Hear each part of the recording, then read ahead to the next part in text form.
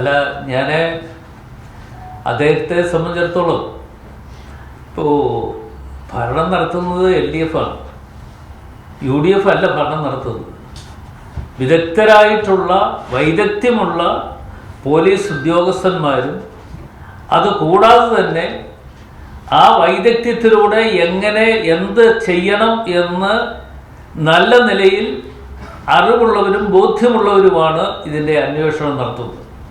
ആ അന്വേഷണ ഉദ്യോഗസ്ഥന്മാർ കണ്ടെത്തേണ്ട ജോലികൾ അവർ കണ്ടെത്തണം, അവർ കണ്ടെത്തുക, അവരെ അന്വേഷണത്തിന് വിധേയമായിക്കൊണ്ട് നിയമത്തിന് വിധേയമായിക്കൊണ്ട് മുമ്പോട്ട് വരണം എന്നുള്ളതാണ് എനിക്ക് അക്കാര്യത്തെക്കുറിച്ച് സൂചിപ്പിക്കാറുള്ളത്.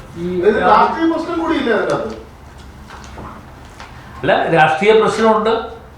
അതാണല്ലോ ഇപ്പോൾ ഞാൻ ഇപ്പോൾ ഇത്രയും ചോദിച്ചുകൊണ്ട് ഒരു കാര്യം ഞാൻ അങ്ങോട്ടൊന്ന് ചോദിക്കാം.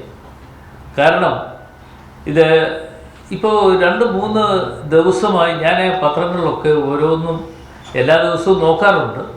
അപ്പോൾ പത്രങ്ങൾ നോക്കുമ്പോൾ മാധ്യമങ്ങളിൽ ഇപ്പോൾ വാർത്തകൾ വരുന്ന കൂട്ടത്തിൽ ഇപ്പോൾ ശബരിമല വിഷയം കെട്ടടങ്ങിയ ഒരു ഭാഗമായി മാറിയിരിക്കുന്നു. അപ്പോൾ ഈ ശബരിമല വിഷയം ഇപ്പോൾ കെട്ടടക്കി ഇരിക്കുന്നത് എന്തുകൊണ്ട്? ഈ തെരഞ്ഞെടുപ്പാണ് ലക്ഷ്യം.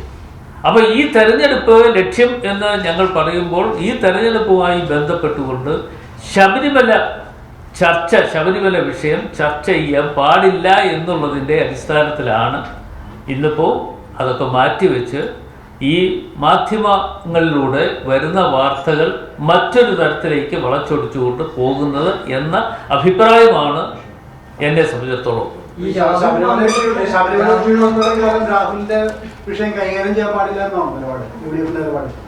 UDF അങ്ങനെ ഒരു നിലപാടില്ല.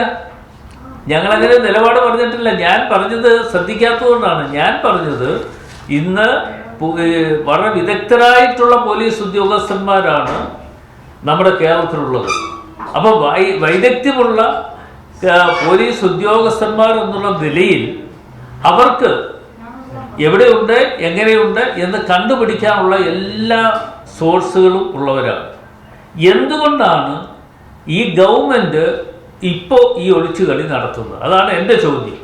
ഒളിച്ചുകളി നടത്തുന്നു എന്ന് പറയുമ്പോൾ ഇത് പുറത്തു കൊണ്ടുവരാതിരിക്കുന്നത് എന്തിനാണെന്ന് ചോദിച്ചാൽ ഈ തെരഞ്ഞെടുപ്പ് വരെ ഇത് നീട്ടിക്കൊണ്ടുപോകും. ഇതാണ് കാര്യം.